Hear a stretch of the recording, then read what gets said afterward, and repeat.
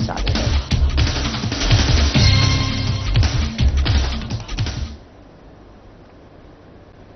नमस्कार, मैं हूं आपके साथ अंकिता पाल। बुलेटिन की शुरुआत करते हैं। राज्यपाल रमन जेका ने राजभवन में प्रधानमंत्री जनजातीय आदिवासी न्याय महाअभियान के क्रियान्वयन की प्रगति की समीक्षा की है और उन्होंने अधिकारियों से कहा कि वे केवल फील्ड रिपोर्ट पर निर्भर न रहे बल्कि निचले स्तर पर जाकर योजनाओं का क्रियान्वयन देखें। इसके साथ ही उन्होंने ये भी कहा कि योजना का मूल उद्देश्य विशेष पिछड़ी जनजातियों को केंद्र द्वारा तय सुविधाओं का लाभ पहुंचाना है। इन वर्गों तक मूलभूत सुविधाएं, शिक्षा, स्वास्थ्य, सड़क आदि देना पहली प्राथमिकता है।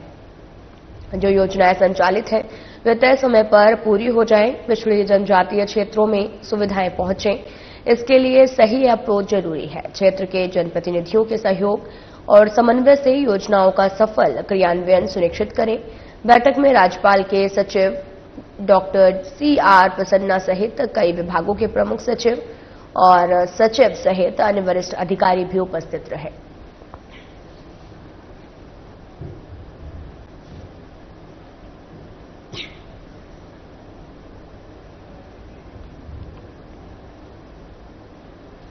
छत्तीसगढ़ में इन दिनों राजनीतिक गलियारा काफी चरम पर देखने को मिल रहा, जहां पर आरोप प्रत्यारोप का दौर जारी है और फिलहाल पूर्व मुख्यमंत्री भूपेश बघेल के पुत्र चैतन्य पर आपको बताते चले कि गिरफ्तारी पर कांग्रेस पार्टी की PCC चीफ दीपक बैज के नेतृत्व में पूरे प्रदेश में धरना प्रदर्शन के साथ चक्का जाम किया जा रहा है और बीजेपी सरकार को अपनी खामियां गिनाने की बात दीपक बैज द्वारा की गई है। वहीं कांग्रेस का आरोप लगाते हुए कहा कि क्या बीजेपी ने 15 साल तक पाक साफ काम किया है? क्या इस 1.5 साल में कोई घोटाला नहीं हुआ?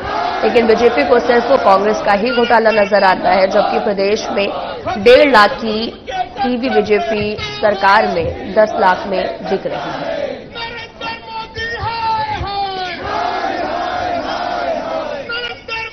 तो तस्वीरें आपको दिखा रहे हैं जो कि जबलपुर से हैं, जहां चैतन्य बघेल की गिरफ्तारी को लेकर प्रदर्शन देखने को मिला, चक्का जाम किया है और धरने पर भी कांग्रेसियों ने बैठकर चक्का जाम किया। बीजेपी सरकार पर तमाम तरह के गंभीर आरोप लगाते हुए नजर आए, हाथों में कांग्रेस का झंडा लिए सड़कों पर उतर गए और धरना प्रदर्शन जारी रहा है और कहा कि क्या इस 1.5 साल में कोई घोटाला नहीं हुआ? लेकिन बीजेपी को सिर्फ कांग्रेस का ही घोटाला नजर आता है, जबकि प्रदेश में 1.5 लाख की भी बीजेपी सरकार में 10 लाख में बिक रही है।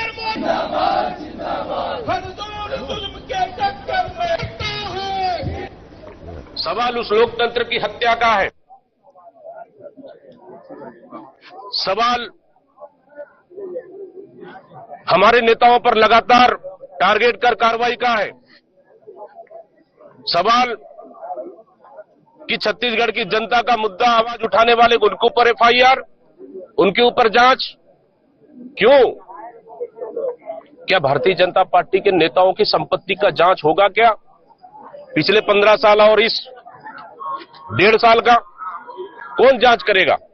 CBI ED जांच करेगी क्या? सवाल चैतन्य बघेल का नहीं, सवाल लोकतांत्रिक मूल्यों का है, जो ये भारतीय जनता पार्टी की सरकार सिर्फ अपने सत्ता के मद में सेंट्रल एजेंसियों का जिस तरह से दुरुपयोग कर रही है, सवाल उसके खिलाफ है। ये लड़ाई लड़ेंगे और हमारी लड़ाई जारी रहेगी। उप मुख्यमंत्री अरुण साव ने राजधानी रायपुर के एकात्म परिसर में पत्रकार वार्ता को संबोधित किया और ये वार्ता कांग्रेस के चक्का जाम आंदोलन, आर्थिक नाकाबंदी के विरोध में भारतीय जनता पार्टी द्वारा आयोजित की गई थी। और साथ ही उप मुख्यमंत्री ने कांग्रेस पर तीखा हमला करते हुए कहा कि जनता ने कांग्रेस को पहले ही नकार दिया है और अब उसका वैचारिक दिवालियापन भी सामने आ रहा है। उन्होंने सवाल उठाया कि कांग्रेस ने किस अपराधी के समर्थन में आंदोलन किया है। उन्होंने कहा कि जब कांग्रेस के विधायक भ्रष्टाचार के आरोप में जेल गए तब पार्टी ने कोई प्रदर्शन नहीं किया। उन्होंने आरोप लगाया कि कांग्रेस भ्रष्टाचार को बचाने के लिए आंदोलन कर रही है और भूपेश बघेल के दबाव में आर्थिक अपराधियों को संरक्षण दे रही है। अरुण साव ने कहा कि कांग्रेस ने छत्तीसगढ़ को भ्रष्टाचार का गढ़ बना दिया है और चक्का जाम को जनता, व्यापारी वर्ग और चैम्बर ऑफ कॉमर्स ने भी सिरे से खारिज कर दिया है।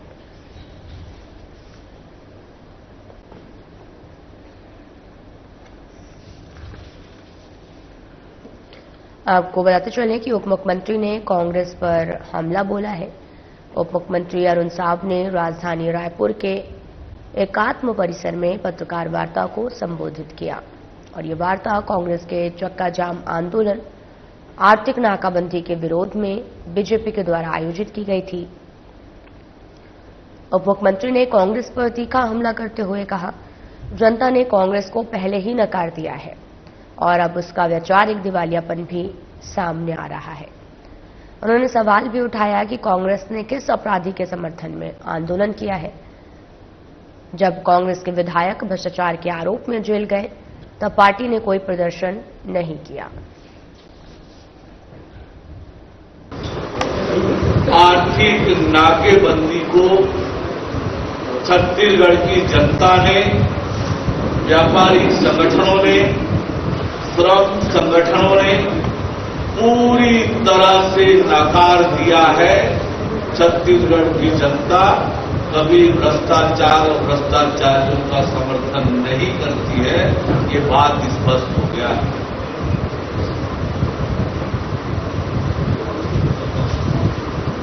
साथियों, कांग्रेस पार्टी देश की सबसे पुरानी राजनीतिक पार्टी है। किसी राजनीतिक पार्टी के वैचारिक दिवालियेपन का इससे बड़ा उदाहरण नहीं हो सकता है जो आज कांग्रेस पार्टी ने दिखाया। एक राजनीतिक दल जो देश की सबसे बड़ी राजनीतिक दल है, आज किस बात के लिए आंदोलन किया? जनहित के लिए, प्रदेश के हित के लिए, देश के हित के लिए, किसके समर्थन में किया? ये बहुत गंभीर विषय है। एक ऐसे आरोपी के समर्थन में आज आर्थिक नाकेबंदी, जिस पर ईडी ने 16 करोड़ 70 लाख रुपए के अपनी रियल एस्टेट में लगाने का और 1000 करोड़ रुपए के राशि का, शराब घोटाले की राशि का हेराफेरी करने का आरोप है। बिलासपुर में छत्तीसगढ़ प्रदेश कांग्रेस कमेटी के निर्देश पर मंगलवार को जिला कांग्रेस कमेटी शहर और ग्रामीण इकाई ने पेंड्रादीप फ्लाईओवर के पास में 2 घंटे तक चक्का जाम कर विरोध प्रदर्शन किया है और आंदोलन के दौरान हाईवे पूरी तरीके से बंद रहा। हालांकि एम्बुलेंस को रास्ता देने के लिए प्रदर्शनकारियों ने कुर्सियां हटाकर सहयोग किया। कांग्रेस ने केंद्र सरकार, राज्य सरकार, जांच एजेंसियों के दुरुपयोग के खिलाफ जमकर नारेबाजी की। कांग्रेस नेताओं ने आरोप लगाया कि बीजेपी लोकतंत्र को खत्म कर रही है। ईडी, सीबीआई को विपक्षी नेताओं के खिलाफ हथियार की तरह इस्तेमाल कर रही है। आंदोलन का नेतृत्व नेता प्रतिपक्ष रंदास महंत, विधायक अटल श्रीवास्तव, दिलीप लहरिया, शहर अध्यक्ष विजय पांडे, पूर्व विधायक शैलेश पांडे, सियाराम कौशिक सहित कई वरिष्ठ नेताओं ने किया है। भारी पुलिस बल की मौजूदगी में यहां विरोध शांतिपूर्वक संपन्न हुआ। आंदोलन के कारण करीब 2 घंटे तक मार्ग अवरुद्ध रहा, यातायात भी प्रभावित रहा।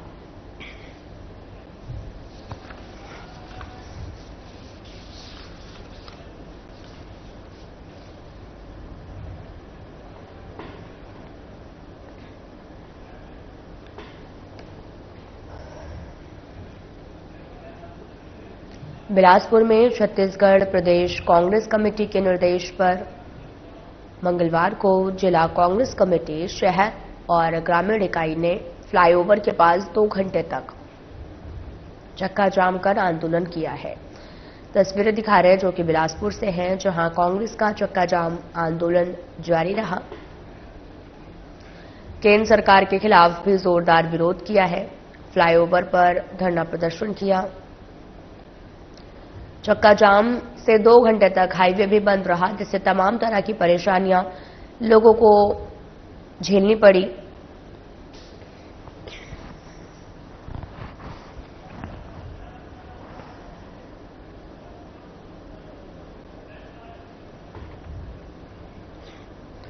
कोंडागांव में सावन मास की शुरुआत में ही कांग्रेस ने जिला कमेटी कार्यकारिणी का विस्तार कर दिया था। इस जंबो कार्यकारिणी में स्थायी और विशेष आमंत्रित सदस्यों के साथ कुल 177 पदाधिकारी कमेटी में हैं। इन सभी का कांग्रेस भवन में कार्यक्रम आयोजित कर स्थायी आमंत्रित सदस्य, विशेष आमंत्रित सदस्यों ने सभी नव पदाधिकारियों का माला और तिलक लगाकर अभिनंदन किया। सभी नवनियुक्त पदाधिकारियों को शुभकामनाएं दी गई। वहीं कार्यक्रम में बीजेपी की दमनकारी नीतियों का डटकर मुकाबला करने के टिप्स वरिष्ठ नेताओं द्वारा दिया गया है और साथ ही केंद्रीय नेतृत्व से प्राप्त दिशा निर्देश का पालन करने के साथ साथ स्थानीय जन समस्याओं को लेकर जनता के मुद्दों को, जनता के हितों को ध्यान में रखकर समय समय पर उठाने की बात भी कही गई है।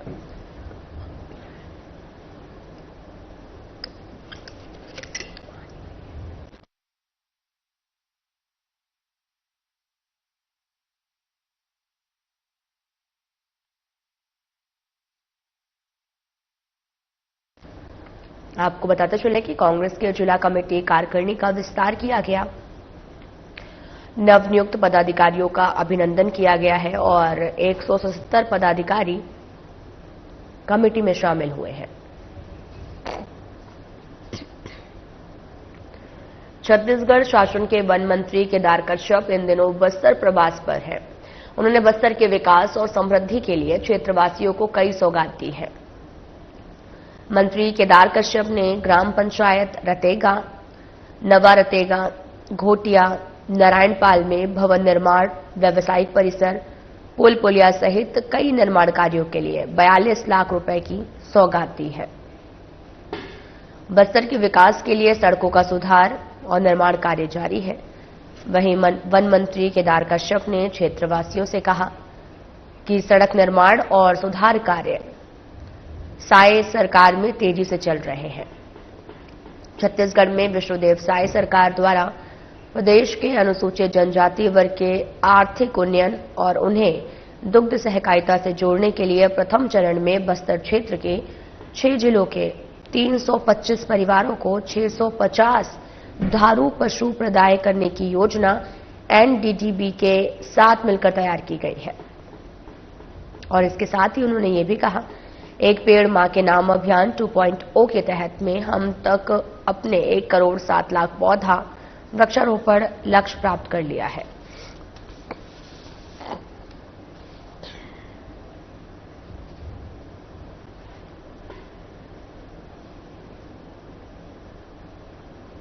कोंडागांव में बीजेपी सरकार के आने के बाद से जिस गति से बिजली बिल की दरों में वृद्धि हो रही है, वह अब तक के इतिहास में नहीं हुआ है। इसके विरोध में प्रदेश कांग्रेस कमेटी द्वारा पिछले दिनों संपूर्ण प्रदेश के ब्लॉक मुख्यालयों में बिजली दफ्तर का घेराव कर चेतावनी दी गई। सरकार तत्काल बिजली बिल की दरों में हो रही बढ़ोतरी पर रोक लगाए, वरना जिला स्तर पर बिजली दफ्तर का घेराव किया जाएगा। और लेकिन बीजेपी सरकार के कानून में जू तक नहीं रेंग रही, जिसके विरोध में जिला कांग्रेस कमेटी के नेतृत्व में 22 जुलाई को बिजली कार्यालय का घेराव किया गया। जिले भर के आए हुए सभी कांग्रेसी कोंडागांव कांग्रेस भवन में एकत्रित हुए और प्रभु राम के अन्य भक्तों ने भी बिजली दफ्तर की घेराव करने के लिए विश्राम गृह चौक पहुंचे। ईडी द्वारा द्वेषपूर्ण भाव से कांग्रेस नेताओं, उनके परिवारजनों को फंसाने, जेल में बंद करने के विरोध में आर्थिक नाकाबंदी कर चक्का जाम किया है। घंटों चक्का जाम के पश्चात रैली के शक्ल में नगर घड़ी चौक होते हुए बिजली दफ्तर को घेरने पहुंचे, जहां पर पुलिस प्रशासन द्वारा लगाए गए बैरिकेड्स को तोड़ने में कांग्रेसी सफल रहे हैं। वहीं महामहिम राज्यपाल और मुख्यमंत्री के नाम एसडीएम को ज्ञापन सौंपा है और निवेदन किया कि जनता के हितों को ध्यान में रखते हुए बिजली बिल की दरों में बढ़ोतरी पर तत्काल लगाम लगाई जाए।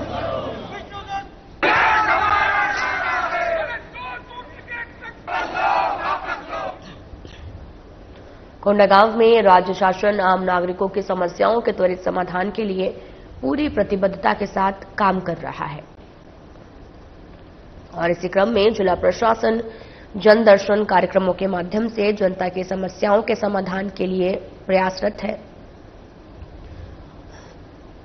इस पहल को और अधिक प्रभावी सुलभ बनाने के उद्देश्य से कलेक्टर नुपुर राशि पन्ना ने जिला कार्यालय से वीडियो कॉन्फ्रेंसिंग के माध्यम से केशकाल और बड़े राजपुर विकासखंड के ग्रामीणों की समस्याएं सुनी है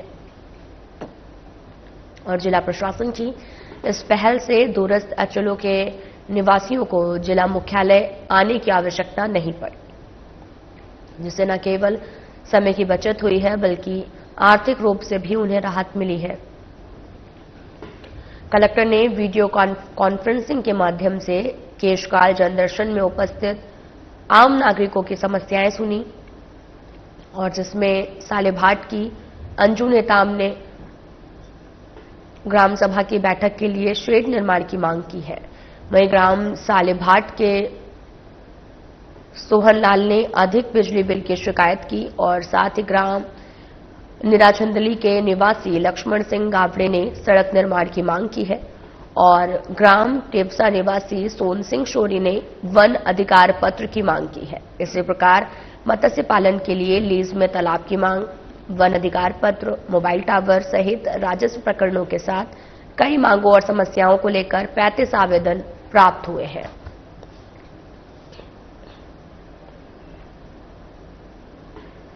देश भर में मोबाइल चोरी और ऑनलाइन ठगी करने वाले अंतर्राज्यीय गिरोह का खुलासा हुआ है और रायपुर के गुड़ियारी थाना क्षेत्र से मोबाइल चोरी का 99,000 रुपए की निकासी का मामला सामने आया है, जिसके बाद पुलिस ने झारखंड और पश्चिम बंगाल के 6 आरोपियों को गिरफ्तार किया है।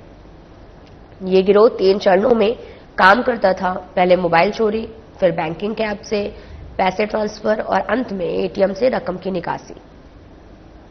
आरोपी देश के 12 राज्यों में घूम घूमकर वारदातों को अंजाम देते थे।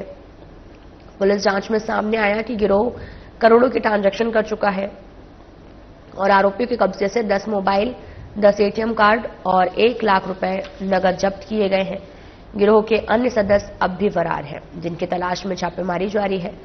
इस खुलासे ने देश भर में फैली साइबर ठगी की बड़ी साजिश का पर्दाफाश किया है।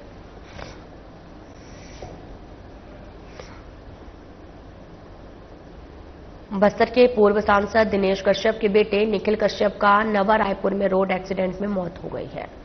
निखिल कश्यप पूर्व सांसद दिनेश कश्यप के पुत्र थे, जो ब्रह्मलीन वाली दादा पूर्व सांसद के पोते रहे हैं। वहीं बताया यह भी जा रहा है कि सुबह तड़के नया रायपुर से 2 पहिया बाइक से अपने मित्र के साथ राखी थाना की ओर जा रहे थे, जहां डिवाइडर से टकराने के बाद निखिल कश्यप की मौके पर ही मौत हो गई है।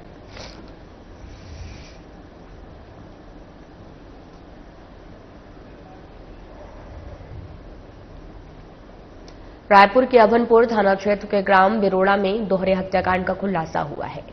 झोलाछाप डॉक्टर ने बुजुर्ग दंपति की हत्या कर दी है और साथ ही बुजुर्ग दंपति भूखन और रुक्मणी ध्रुव की चाकू से गला रेत कर हत्या का यह मामला सामने आया है।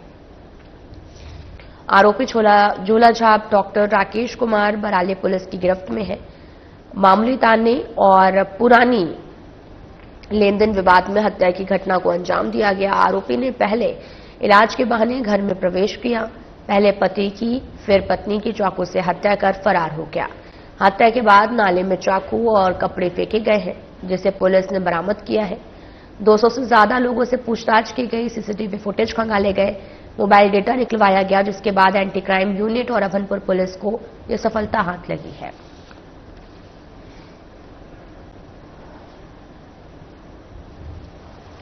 थाना अभनपुर में पंजीबद्ध अपराध क्रमांक 265/2025 धारा 103 बीएनएस और 2527 आर्म्स एक्ट के तहत में दोहरे हत्याकांड का खुलासा करते हुए एक आरोपी झोलाछाप डॉक्टर जो उस गांव में प्रैक्टिस कर रहा था, आरोपी राकेश कुमार बारले, पिता धनेश बारले, 30 साल निवासी कोड़ापार कुरुद धमतरी को गिरफ्तार किया गया है।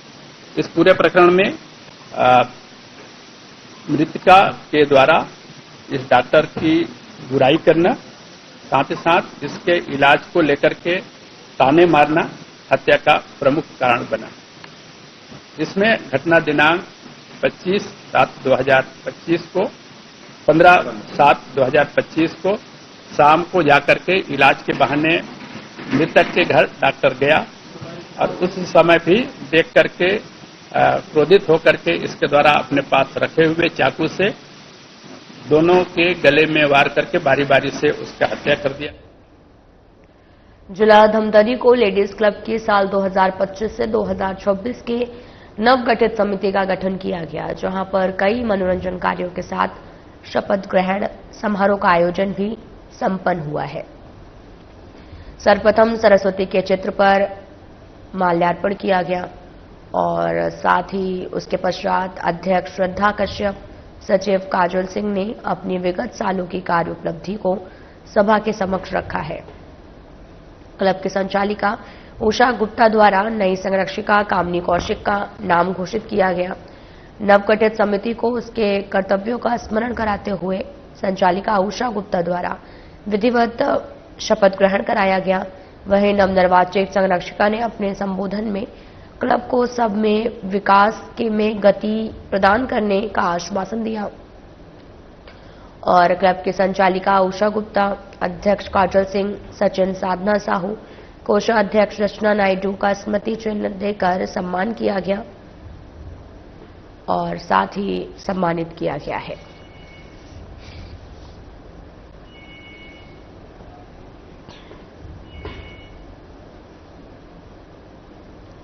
तो वहीं मनीनगढ़ में कार्यालय वन मंडल पदाधिकारी ने भी पत्र जारी कर अपने वन परिक्षेत्र वन भूमि में लगभग 18 लोगों को नोटिस जारी कर अवैध रूप से अतिक्रमण करने का आरोप लगाया।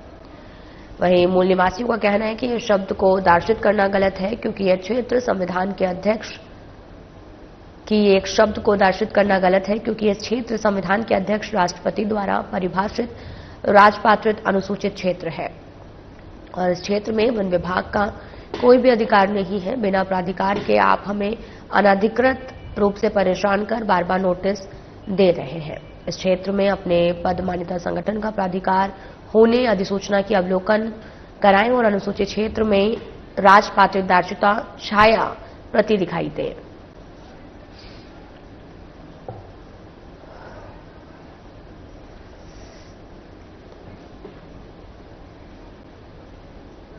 घर छाया का मांग और हम बरसों से रह रहे हैं, लेकिन बार बार आवेदन दे दे के थक गए हैं। कोई हमारे आवेदन का मान नहीं है। बार बार नोटिस आ रही है, नोटिस पे नोटिस दे रहे हैं, नोटिस पे 3 बार टूट चुकी। अब चौथा में फिर नोटिस गया है हमारे पास। तोड़ने के बाद फिर वही बना लिए थे? हाँ, वही बनाए हैं। तोड़ने के बाद फिर वही बनाए हैं। हाँ, बोल रहे हैं कि ये सरकारी भूमि है, यहाँ नहीं दिया जाएगा। उस प्लाट में चलो, उस प्लाट में लेके वन विभाग वाले जाते हैं तो उस प्लाट में हमारे गाड़ी गलोच एक इज्जत नहीं बचाते हैं। माँ बेटी सब गिनते हैं, तो हम कहाँ पे जाके? गाली कौन देता है? वही उस प्लाट वाले दे रहे हैं, सभी लोग देते हैं। अब एक को हम किसके नाम बताएं? शासन प्रशासन से आप क्या चाहते हैं? शासन प्रशासन से हम यही चाह रहे हैं कि हमको रहने का भूमि चाहिए और कुछ नहीं चाह रहे हैं। जो हमारे अधिकार है वो अधिकार चाहिए।